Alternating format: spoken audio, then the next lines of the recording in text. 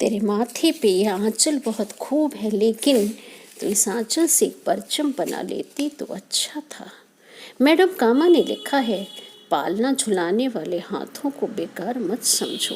इन्हीं हाथों ने तुम्हें शूरवीर बनाया है। देश की स्वतंत्रता में इन कोमल हाथों की ताकत को मत भूलो। भारतीय स्वतंत्रता संग्राम के महायज्ञ में महिलाओं की कर्मनिष्ठा, देशभक्ति, जुझारू प्रवृत्ति और उनके बलिदान ने यह सिद्ध कर दिया है कि नारियां भी देशभक्ति के ज्वार में क्रांतिवीर बन बलिदान के लिए उद्यत हो सकती हैं। भारत सरकार अरुणा असफ अली को भारत रत्न और डॉक्टर लक्ष्मी सहगल को पद्म विभूषण से अलंकृत कर इन क्रांति नेत्रियों के प्रति सम्मान प्रदर्शित कर चुकी है। Begum Hazrat Mahal, Rani Lakshmibai, Annie Besant, sister Nivedita जैसी नारियों के बलिदानों से जनमानस परिचित है, लेकिन अभी भी बहुत सी वीरांगनाएं हैं जिन्होंने अपने त्याग और बलिदान से भारत गौरव की स्वस्थ परंपरा स्थापित की है। उम्र, जाति, पेशा, वर्ग, संप्रदाय स्वतंत्रता की बलवेदी पर आत्मोत्सर्ग के लिए बाधक नहीं बने। इन क्रांति नेत्रियों ने यह सिद्ध कर दिया कि शौर्य, पराक्रम, आज़ादी, राष्ट्रीयता किसी वर्ग या जाति या लिंग विशेष की संपत्ति नहीं और उम्र की भी वह मोहताज नहीं। अवध में बहादुर महिला बेगम हजरत महल वाजिद अली शाह की बेगम ने स्मरणीय योगदान दिया था, तो 1857 की क्रांति के नए अध्यायों में उदा देवी लंबे समय तक अज्ञात वीरांगना के रूप में ख्याति अर्जित करती रहीं। दलित वर्ग की यह वीर पासी महिला थी जिसे कुछ लोगों ने लखनऊ के चर्चित उजरियाव गांव का निवासी बताया है। बुंदेलखंड में नौजवान, फुर्तीली, स्वाभिमानी, अदम्य साहसी रानी लक्ष्मीबाई विद्रोहियों की नेत्री थी, तो अब्दुल रहीम खान की बूढ़ी मास करी बेगम, नाना साहेब की नाबालिग कन्या मैनावती असभ्य अंग्रेजों के द्वारा जिंदा जलाई गईं। आशा देवी गुर्जर, आम कौर, जमीला बेगम आदि 255 औरतों को मुजफ्फरनगर में ब्रिटिश हुकूमत ने फांसी पर लटकवा दिया था। कानपुर में जब नाना साहेब, तात्या तोपे, लक्ष्मीबाई की रणनीति अंग्रेजों के विरुद्ध निश्चित हो रही थी, तब कानपुर की नर्तकी जीजनबाई ने बिठूर में तात्या टोपे के कहने पर अंग्रेजों की गतिविधियों की खबर लाने का दायित्व लिया था।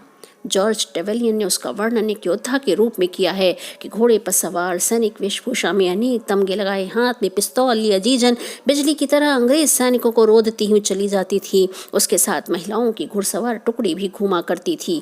सैनिकों को हथियार देना, प्यासे सैनिकों को पानी पिलाना, घायलों की देखभाल करना उसके महत्वपूर्ण कार्य थे। रानी लक्ष्मीबाई की हम शक्ल और उसकी सखी झलकारी के बलिदान को भी नहीं विस्मृत किया जाना चाहिए। झलकारी का जन्म झांसी में कोरी जाति के सदोबा नामक निर्धन व्यक्ति के घर में हुआ था।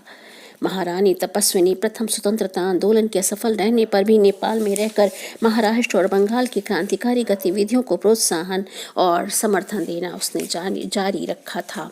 श्रीमती दुकारी देवी कलकत्ते के शस्त्र निर्माता फर्म रोड्डा एंड कंपनी के शस्त्र छुपाने और अन्य क्रांतिकारी गतिविधियों में लिप्त होने के कारण वर्षों जेल में ये यातनाएं झेलती रहीं। श्रीमती ननी वाला देवी रोलेट एक्ट में बंगाल में पहली और एकमात्र महिला कैदी थीं। मिजो विद्रोह की नेत्री श्रीमती रानी रुपई लैनी अपने पुत्र सहित पकड़ी गई थीं। बासंती देवी CR दास की पत्नी थी और असहयोग आंदोलन में भाग लेने के कारण वे भी गिरफ्तार कर ली गई थीं। तीसरे और चौथे दशक की क्रांति नेत्रियों में लीला राय, पारुल मुखर्जी, उज्ज्वलिता रक्षित राय, सुशीला देवी प्रमुख थीं। आसाम की कुमारी सांतना गुहा बिना मुकदमा चलाए 3 वर्षों तक जेल की यातनाएं भोग करके राजशाही जेल में मर गई। 2 लड़कियों सुनीति और शांति ने कुमिल्ला के अंग्रेज कलेक्टर के बंगले में घुसकर गोलियां मारी थी और सारी अंग्रेज हरकतें भी मिल करके उनसे कोई भेद न पा सकी थीं। सबसे कम उम्र की 14 वर्ष की महिला क्रांतिकारी होने का सौभाग्य सुनीति चौधरी को है। ये छात्र संघ नामक क्रांतिकारी संगठन की सदस्य थीं। चटगांव में आज़ादी के इतिहास का एक अध्याय प्रीतिलता, कल्पना दत्ता, सुहासिनी, विनोदिनी सेन, इंदुमती सिंह, प्रेमलता आदि अनेक साहसी महिलाओं की क्रांतिकारी गतिविधियों का इतिहास है। कल्पना दत्ता ने अनेक क्रांतिकारी गुप्त संगठनों के क्रियाकलापों में भाग लिया था। चटगांव शस्त्रागार आक्रमण के अपराध में इन्हें आजीवन कारावास की सजा दी गई थी। ये डायनामाइट बनाने के लिए बक्से में रसायन भरकर कलकत्ते से चटगांव ले जाती थी। बीना दास भौमिक ने कलकत्ता विश्वविद्यालय में दीक्षांत समारोह में मुख्य अंग्रेज अतिथि पर गोली चलाई थी। कल्याणी दास बीना दास की बहन थी। वे भी कलकत्ता में 20वीं सदी के तीसरे चौथे दशक में सक्रिय क्रांतिकारी की भूमिका निभा रही थीं। मैडम कामा, इनका ऐतिहासिक योगदान राष्ट्रीय ध्वज के बनाने में है। उन्होंने राष्ट्रीय ध्वज बनाकर महान यज्ञ को पहचान दी और उनके प्रयासों के परिणामों के फलस्वरूप पेरिस में क्रांतिकारी वंदे मातरम, तलवार और फ्रीडम नामक पत्र निकालने लगी थी। मैडम कामा एक पारसी महिला थीं और उन्होंने भारतीय राष्ट्र के प्रतीक के रूप में हरे, पीले, लाल रंग के तिरंगे झंडे को तैयार किया था, जिसके बीच में देवनागरी लिपि में वंदे मातरम लिखा था। एनी बेसेंट 1893 में भारत आई थी और उस समय उनका उद्देश्य थियोसॉफिकल सोसाइटी के लिए प्रचार करना था, किंतु बाद में उन्होंने राष्ट्र की हैसियत से साम्राज्य की जनता के बीच न्याय पाने के अधिकार का दावा किया था। वह कहा करती थी कि मैं भारत में वैतालिक का कार्य कर रही हूँ, मैं सोने वाले को जगा रही हूँ, हालांकि वे उठें, बैठें और अपनी मातृभूमि के लिए कार्य कर सकें। 1917 तक उनकी लीग की 200 शाखाएं हो गई थीं। अगस्त क्रांति के समय आंदोलन का संचालन अरुणा आसफ अली और श्रीमती सुचेता कृपलानी ने किया था।